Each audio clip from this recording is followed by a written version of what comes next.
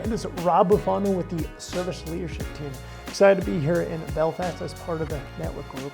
So Service Leadership is actually the world's most known for benchmarking solution providers all around the world. We've been doing that for over 20 years. Excited to provide some content to the network group.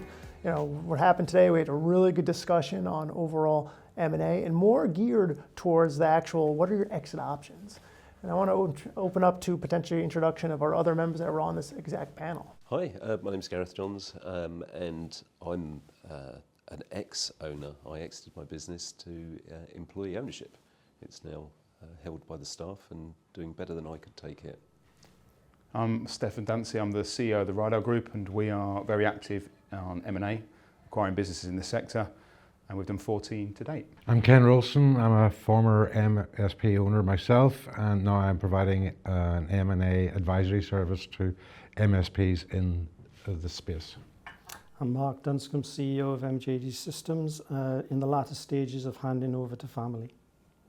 Great, so in our panel we have some really good insight. I want to kind of paraphrase some of the questions to our members here and kind of see, what they had responded to. The first one being, we realized that there was a significant amount of members in the network group that were potentially going to sell or exit their business within the next 5 years, almost 60%. So that's a large amount. So to kind of set the stage, Steffan, tell us why you think right now is an opportunity or potentially people are so interested in potentially selling their businesses. Yes, it is the topic of the day, really. There's a lot of change going on, I think, in the MSP landscape, and Ken touched on it earlier on stage about AI and elements of that going on, and it makes people who've had the business for some time look quite nervous. There's over 11,000 MSPs in the UK, and when you look at the actual revenue distribution of how that sits, the big players still have a big chunk of it, and it's just so easy for them to mop it up and get their gains by maybe cutting staff or doing X, Y, Z along the way. So I think that you've got private equity money coming down, setting the benchmark of valuations, and that's getting your appetite. You've got fatigue in terms of business owners, and then you've got change, which brings these risks to people, and you've got circumstances in their personal life that may force a sale. But all these four combined, driven by private equity at the top, is probably the number one element for me, pushing down with the big players that are back in the big companies that are probably doing circa 100 million or more, and that's just rippling through the sector. If private equity step away, you'll start to see maybe it decrease because the funds are not funneling through, and that's kind of how I see it.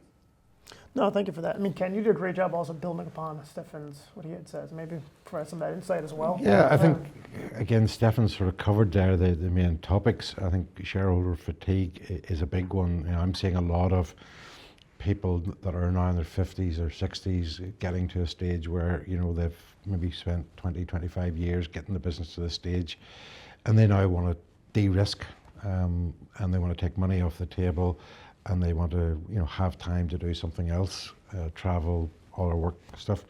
But I also think that when you're at that sort of end of, or at that point in your career, and you're starting to look at the advances in technology and AI is coming down the path, and all the cyber threat risks that are going to be associated with that, I think there's a nervousness about businesses being able to adapt to that new world order in the next 3 to 5 years, or maybe even sooner.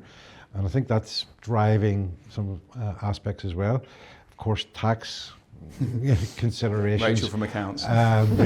Rachel from accounts, it hasn't finished yet, and certainly from a UK perspective, there's a possibility of capital gains tax going up again in the not too distant future, which I know has motivated some people to consider selling now that maybe they wouldn't have done otherwise. No, I appreciate that. I mean, one thing I talked about, again, based off your point, that curve jump that's potentially happening with service delivery that's more AI focused. And as you had mentioned, a lot of people, owners that are now older, don't want to go through that. So that's potentially a driving factor. Can I add something to that before we move on? Of course. There's also something about being in a peer group like Network Group that actually people get to realise their business has a value and that there are alternatives. So I think that drives people to be interested in looking further about whether or not they could change their life, the rest of their life, whatever they've got left. It's quite a lonely engagement in the business, right? So until you realise there's a value in it, and there is a way out. So I think perhaps today's sessions help people understand next steps that they can take to get to to the second chapter. But hopefully it's also helped them to understand what is the real value to a buyer and not what they believe that they need to get because what have they've invested in all the previous years. And I think that's what this whole type of thing's about, is education, because so many MSP owners don't actually understand the value of their business, and peer groups certainly help to expose that, and the network group has obviously done this event today very much with that in mind. Yeah, it's one of those situations you don't know what you don't know, but once you do, then you make smart decisions. And I think that's one of the benefits of the network group that we're seeing across the board. You take a bit of everyone who does well, put it into your own business, and you can only go in one works. direction, right? Yeah. See if it works. Exactly, right? And then retire. Yeah, exactly, yeah. No, it's great. So I think the other thing we wanted to talk about, the paraphrase, and Mark had some really good insight overall, because he's a unique perspective of the fact that he's actually transitioned his business within the family. It's not the traditional selling a private equity, but I'm doing a major acquisition. So again, maybe tell us how the insight you provide us on why you made that decision, the pros, the cons, so people realize this is an exit strategy that's out there. I decided some years ago that I needed to look at my retirement, not getting any younger, and there had to be a point where I started enjoying what I'd created. When I say that, I mean I'd created a way of getting wealth to myself, and I needed to start enjoying that before it's too late. So I made the decision, and fortunately Gareth and Natalie, my two children, were interested in taking the business forward. So I went down that path over a period of years, getting them used to the business, etc., in a slow way, and getting them into the business so that everyone understands that I am going to step back at some point and trying to control it as much as possible. The pros of that is I don't have to let go in one way, where what I built is still being looked after by people who've got the same culture and same philosophy as me. We're a family business. We look after our customers like a family. That's what we've always traded on. So that was secure in that way. The cons, it works fine with us. We don't always get on. We do have arguments, but we work our way through them. And I think it's made us stronger as a family. We were already strong, but it's made us even stronger going through this process. What a fantastic message for your customers as well, hey? Yeah. I think I think we might touch on that stage, but that's a real powerful message. We genuinely look after our customers like a family, and we do believe that gets us more loyal yours are customers. similar, Yeah, right? because the EOT model is very similar. Exactly. You know? Yeah. Yep. It's a positive message. I think one of the things that you're going to need to be ready for is when your son and daughter probably tell you that they don't need as much of your support as you want to give I'm them. hoping that comes fairly soon. Well, I've got lots of things I need to do. then do them. Yeah. Yeah. Put them in. Yeah. We've already set ourselves up, so it's you know. Yeah.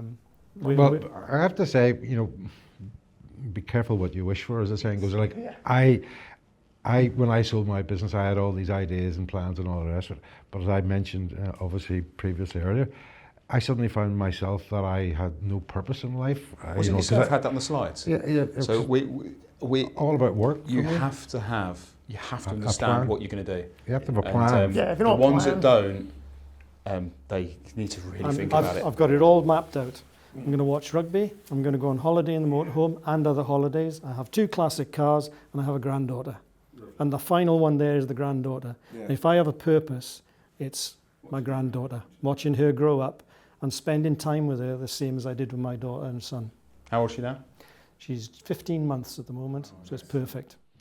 Well, I had all the plans as well, and they all went tits up. You know, basically, you know, it didn't work. Because the other big thing was you're no longer the centre of attention. You know, when you're in a situation when you're running a business, the boss. everybody's I don't think looking you at realise, do you? You go in, You don't it's your realise decisions are made. the amount of mails you're doing a day, especially if you're in a run up to a sale. And whenever the sale goes through, a couple of days later, it's Ken who. You know, it's kind of like, you know... Yeah, we don't care how he did it, we're doing it our way now. They're all they've all moved on, you know, the herd has moved. So, yeah, It reminds me of a footballer, you know, when they play on the big stage, or rugby play in the big crowd, and then you take your Paul Gascoigne and suddenly that feeling of running, you know, the success they had is now just, well, I'm on my own. And having a plan is absolutely vital. So, I mean, for any of you that have got children, having children grow up and leave and that empty nesting, you can get round it, and maybe it is the focus on the grandchildren. No, the maybe it is grandchildren. actually the watching their success. I'm very Hopefully fortunate. it's a few years she for lives me. literally 10 minutes away. Yeah. So, you know, a lot of our world is now starting to focus around, it was always focused around our 2 children. Now it's focused around the grandchild. So for me to be able to control my exit, because it was the same situation, I needed to allow them to start to make their own decisions and mistakes, is that we shifted to a quarterly pulse of meetings, like a traction meeting. So we would actually spend 2 days, and we would go in for the first day and sit with people. What you're doing, how's it working? No reflection on what we're seeing, just absorbing it. And then the second day was the focus strategic meetings. And if the focus strategic meetings are talking about the things we saw the day before, then our job is done, because those guys know what it is they're meant to be doing. If they're not talking about the thing that we've just seen, they should be. And at that point, we've got the ability to voice up. But if they've got it, they don't need us. But it meant that all of the little details that they were making along the way, all the little decisions, I wasn't overseeing and potentially meddling. But I still was able to support them in their drive for success. So to bring it back to your boat and your hobby, your boating, instead of having to put the sail up and get everything ready, you were just giving the tiller just a little tap now and again. Well, before it goes too far out, and actually, you know, there's a point, they're solving for stuff, and actually there's a point where they're solving for stuff I didn't know they were going to have to solve for. So at which point, my tools don't work anymore, because actually I'm now not in it. I've got other tools that I can, and I'll still get phone calls, and in fact, because he's higher emotional quotient than me, the guy who took over as managing director, he's the guy who messaged today and said, hope your session goes well in Belfast. I'm not connected to anybody enough to send a message like that. If you can put the right people in the right places, then they make better decisions than you would make. It's the reason why it's successful. And I think Gareth will bring that to your business. Yeah, I'm sure he will. And Natalie will help him. Yeah, that'd be helpful. Keep an eye on him. Yes. Before we jump on though, Gareth, maybe let us know again, how was your exit strategy? Because we want to make sure people understand not just only moving the family on, but also your situation. That'd be helpful, I think. So my exit was to employee ownership, so a transition to employee ownership. So 100% of the equity was ineffectively bought out over time by all of the staff. By the nature of being a member of the team, they become a partner within the company. So it's a risky exit, because you're putting everything in their hands, whilst you, I say, have quarterly meetings to keep them on track, but it's a less risky exit because there's really no big changes. You're not introducing new people with new agendas, because most of the key people and the culture, the structure, the process is all remaining, because that's the stuff that's drove you. Another lens on yours as well. You could also look at it from, if you want to stay involved, you know, you can do it. And that aspect is what you're showing to down the stage. It doesn't have to be that you completely step away and you're in the distance, but you can also use it as a mechanism potentially to stay involved to some extent. Yeah, I mean, I think if what you want is people to step up, you need to step aside. So if you wanted to stay in the business, you need to very much determine and communicate your swim lane, the place where you're going to do this thing because it's valuable. Certainly I've known people who've stayed involved because they want to be involved in, let's say, for example, further acquisitions. So they go, well, actually, I'm going to bring my strength to being the one that's going to go and find new work, big work. I can get you, because organic's hard, we know that. And actually, if you can grow through some acquisition, that works. They're in a position to do that. So certainly there was an opportunity for me to do that. He's in fact changed some of the team to enable him to do that. He was out looking for a new finance person, so as they would have a better handle on M&A, because he's got a finance person who can run a business. We touched on it today, didn't we, the build team. I think we made a classic mistake of passionate about getting growth and we want to do it, and the biggest lesson we've learnt along the way has been around giving your team the space and having the right people in your deal team, if you call it that. I think you touched on it on your slides as well. It's quite ironic how both our slides, we didn't even see them before, and you actually got on something very similar, even down to numbers in the market and how things are rolling. It's because, you know, it is a science, you know, in terms of this process, with a bit of art thrown into it. is, But yeah. the basic mechanics, the valuations, the deal structures, the options are pretty well understood. They are, yeah. You know, and you know, there's a lot of information around about it. And I say the market is getting more educated, which is good. It also helps us when we're looking to buy, because the amount of companies, I think you definitely touched on it earlier, the amount of times when people think their business is worth, they're making 100 grand a year and they think it's worth $1 million. And that just isn't right. And it's not nice for them when they hear it's not. It's not nice for you having to deliver that news to them. So having these events where people get to go and see it, hear from us what our experiences are. Know what huge actually matters. Yeah, huge value, right? Yeah. Yeah, and actually, go ahead. Sorry, so earlier on, Steffan, you mentioned something about if when you're adjusting EBITDA back, you mentioned sales and marketing. Yes. So, for example, we don't have sales and marketing teams. We never have. We've just grown organically over the years by referrals. So, on that basis, does that devalue our business in any? No. So I think you might have purchase? mentioned something. I did a snap. So in my business, so the conversations that you have is that we invested 50 grand into this. It didn't work. Hang on here. Right. Okay. I'll accept some of it because we can look at the conversion rates. But now, if you're saying all of it didn't work, the 10 sales you got from it, we've got to reverse that out. We've got to, so you end up, so it's not just one. So a lot of adjustments. They sometimes brokers that are. What's good for yourself as a broker? You from the industry. You get I'm not a broker. No, broker in terms of your support. Don't tire me with that. No, but the support you offer, you've walked the shoes and you've done it in the sector and you've had the business. So you have sometimes a broker will be looking for their commission check, and I think that understanding the ad backs is really important. And if they get sold down that path, and So it's not necessarily a bad thing. Then, your position's whole fine. business. It's just making sure if you've got. I'll just finish on this note. If you've got something that hasn't worked, it's fair. I think you mentioned about legals. If you had a legal dispute the year before, it cost you 30 grand. Yeah. You add it back in. That's a one-off clear Exactly. One-time item. One-off item that can be reversed, like non-exec costs and so on. But in the marketing, you know, where marketing costs can be an add back is potentially if you're spending, say, 100,000 a year on your marketing, and the company that's buying you is spending 500,000 on their marketing, you can at least attempt to make the argument that in a scenario whereby the two businesses come together, they don't need to spend that 100,000 that you're spending because they're difference. So what you end up is Mothership. it's a compromise. You end up maybe agreeing 50-50. So you basically can add a 50 grand back, not the full 100 grand back. Absolutely right. Yeah. But again, that's the part of the game of the negotiation around that stage. But you know, it has to make sense. It has to be, you know, logical. But no, your situation is because you haven't been spending any money on it, you don't have to add it in. No, definitely don't need to add it in. And I think the slides we all had today, like in my business, if I look now, an instant add back would be my CFO. My CFO works on acquisitions every day with me. Yeah. So him moving into another business we're to exit, Don't need him don't anymore. need two CFOs. Yeah. He's been doing the M&A stuff. The line in the sand today, the business is trading at this, it's maintainable, he gets reversed out, and we add that back into our number. In ours, I got fully reversed out, and half of the CFO costs got reversed out, and the non-exec costs and any other clearly identifiable legal one-off legacy costs all got reversed out.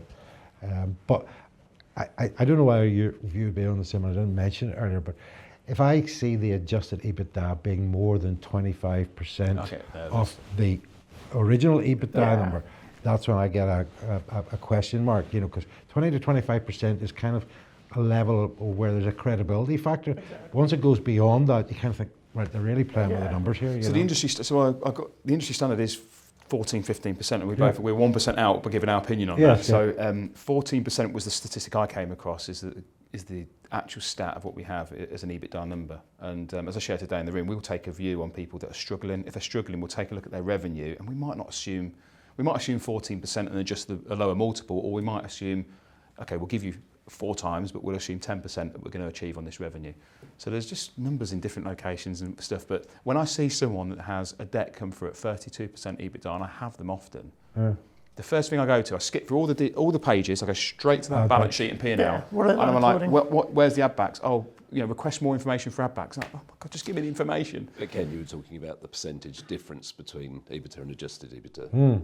So, as in when it shifts, rather than just that it's some random big number that doesn't makes sense. Yeah, so if your EBITDA is 15%, you can see 20% of an 100%. adjustment. Yeah, EBITDA. yeah. But when it comes 35%, you go, Yeah. But it's Yeah. smaller businesses, because I know. when you look at the decks of smaller companies, typically where this happens, it's an owner who is working in their business. It could be 2 owners, 6 employees, and they reverse all their dividends. They're going with dividends. Yeah. That's what I mean. They've got 12.5 grand salary Exactly. in the P&L. Okay, so you're reversing that money out, and it could be that the money that is being journaled out is percentage-wise, you've only got to stick 30 grand back in. It shifts it from 32 back down to 22 or something like that. So it can work that way as well. In the bigger companies, which you see where there's not as much gap, it's more sensible.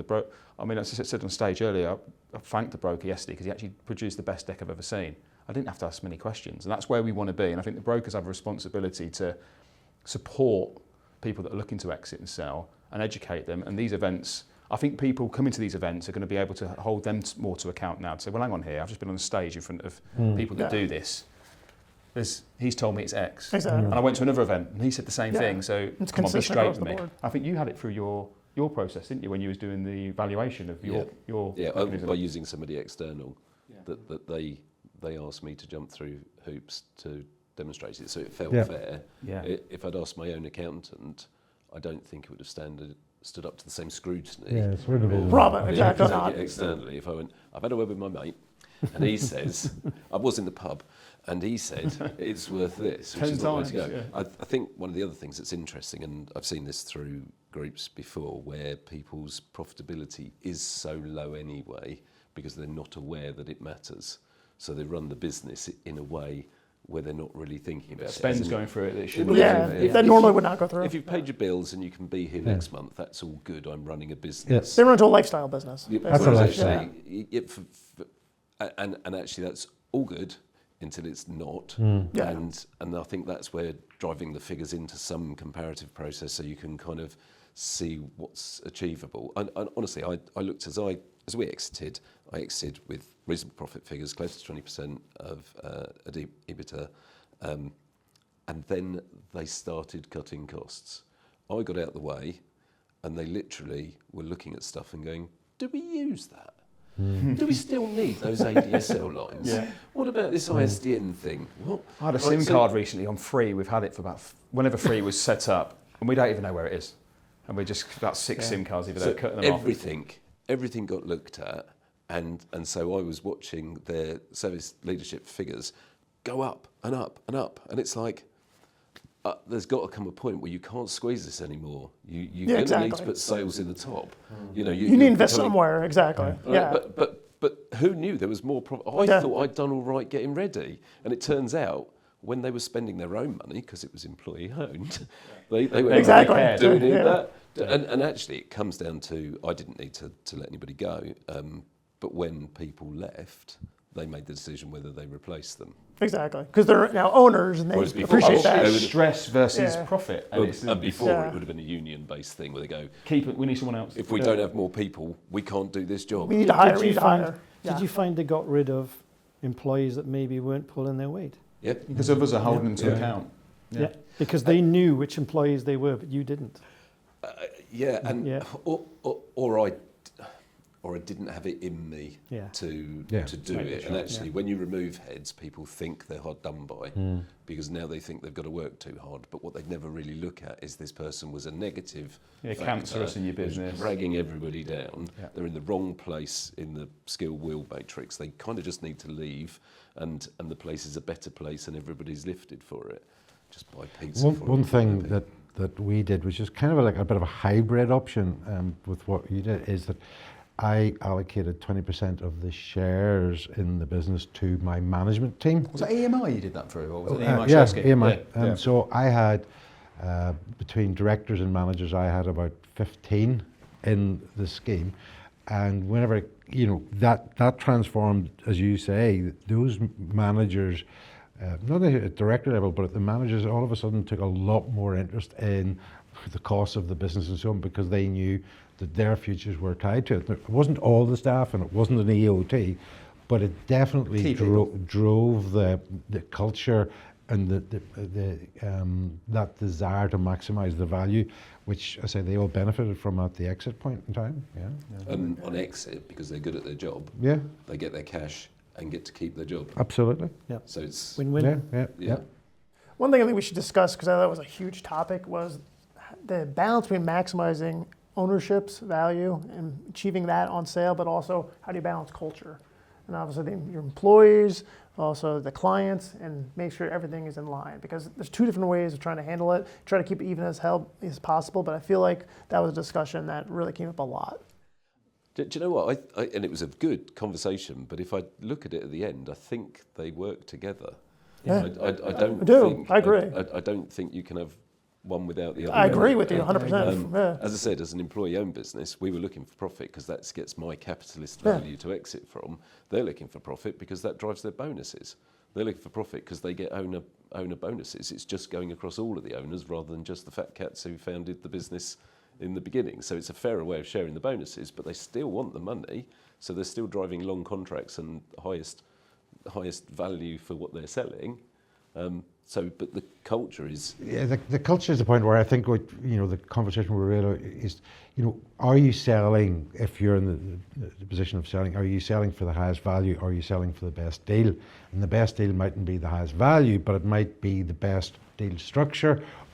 And it probably should always be to a company that you feel comfortable in selling your business to. Because if you've been building up a business over 10, 20, 30 years and it becomes your child to a certain degree, and having had the experience of walking my daughter down the aisle and handing her off to a prospective son-in-law, it had that sort of feeling about it. You want to make sure that whoever is going to be taking the business is going to look after it. Still, that's your legacy. That's what people in your understand. legacy and so on. So you have to give a lot of thought to that company that you're potentially selling to, or indeed if you're on the other flip side you're buying, does their culture, their values match yours?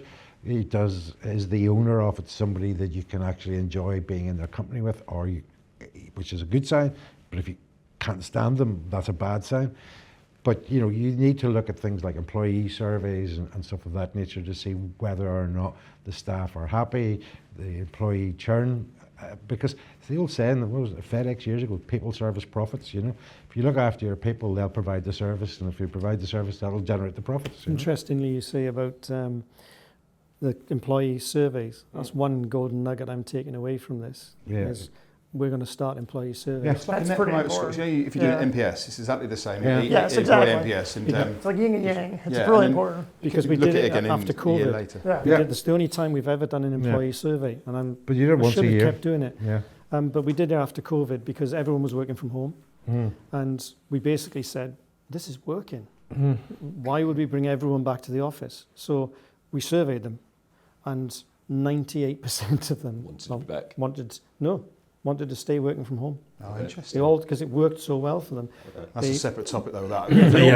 I've seen it But going. Down a real rabbit hole there, Yeah. But the I've employee seen it shifted survey well. is what Was the mechanism. revealed that. Yeah. Yeah, it's communicating with your staff's Wouldn't have vital. known. Communicating to your new staff if you do an acquisition. I think we were talking about plans and how you go about it. 100-day plan on day dot. Get in quick.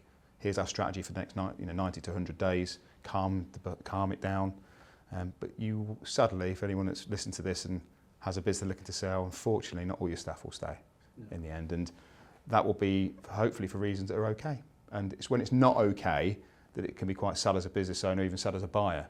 But we go into it, the acquisition very clear, very set, and we even say it's okay if it's not for you.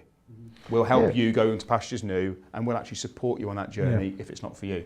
And they feel like they can talk to us about it, saying, you did that, and we promise them that they're not just going to get, maybe it's they've only worked for the business for 9 months, and their notice period is a week or a month. We'll say, no, we'll help the next 3 months. You tell us now, you work with us, we'll work with you. And clearly, as a buyer, there's economies of scale. So we know we can lose 30% as well, and probably absorb and replace. And if not, we never do. We never go in and cut, but we look to absorb over a 2-year period. If you see the drop off, do we need to replace? You touched on it, your team. Do you need to replace it? And that's what we do as a leadership board. And from all the ones we've done to date, 30% is a safe number that I think you see. I think in your presentation earlier, you made the point about putting your arm around the champions. Yes. So 30% is okay on the condition it's 30%. Yeah, not the champions. Yeah. The 30% that you didn't mind losing. Yeah. Exactly. Absolutely I think there's a Yeah. danger that you end up with one noisy cog who decides they're going to go off and they take everybody that you kind of wanted to stay. You'd hope probability though if you put your arm around and they would So do you, not then. Yeah. but you need to. So I think that's a good thing, and I think we're back to the core values thing. I think it's worth looking at the values of the organisation and testing, because some people have values that are printed on the wall and nobody reads them, and certainly nobody acts on them. As to how you would Are they test. part of their one-to-ones? Are they part of their Yeah. disciplinary Did they hire process? using it? Yeah. Would they fire using it? If they're not in hire and firing, they're not values. Very, very, very good point. And it's when we were talking, it's one of the hardest things to maintain in the business. I think it is, because you're there on the revenue, the numbers, and actually the culture's huge because it plays a massive part of what you were saying about needing the people to go through and drive the success that you're trying to achieve for that business. Yeah. I think like You've got we're, nothing about your people. sorry to cut you off. I think Yeah. we are a service business or a service industry in the MSP space, so it's all about people at the end of the day. Your clients and your employees. Scary with AI though, when again that's another rabbit hole. True, It exactly. is Yeah, scary, and it's yeah, like but still, hopefully yeah. it stays as an assisted tool to help the people. Which we I think have. it will, but And yeah. I think it will for the next 5 years. Yeah. I think it gets scary beyond that potentially, and that's where I think the room today, there'll be people that maybe were thinking of retiring when they're 60, maybe thinking Yeah. now at 50, thinking, God, this AI is risky, and do I go now? And that's where you speak to the likes of us and have that conversation. As you get older, you might join anyway. I think if Tron, the new Tron film, is tanked at the box office, it's not doing what they thought it was going to do, and that's all about AI. So maybe. Just hope The for- people know about fatigued it, out it's of a it. good start. Yeah, exactly. It's a no. sign. Yeah. Yeah, it's a sign. Tron's failed, we're winning. Yeah, just saying. You're a movie. Love your movies then. Because I hadn't even heard of this Tron film. So guys, I mean, I think we've had some great discussions. I mean, I think we could talk for another 30 minutes or an hour, but at the end of the day, we want to go to the bar. The bar's so I cool. think that's Let's go most ahead. important. So basically want to say, anyone who's not part of the network group, I mean, this is the content we're talking about. A lot of great discussions that are happening in all the events. And we look forward to potentially new members and also the existing members get as much value as part of this organization. So this is Rob Bufano. We'll sign off. Look forward to seeing people in future events. Thank you guys. Good to meet Thanks. you all. Okay.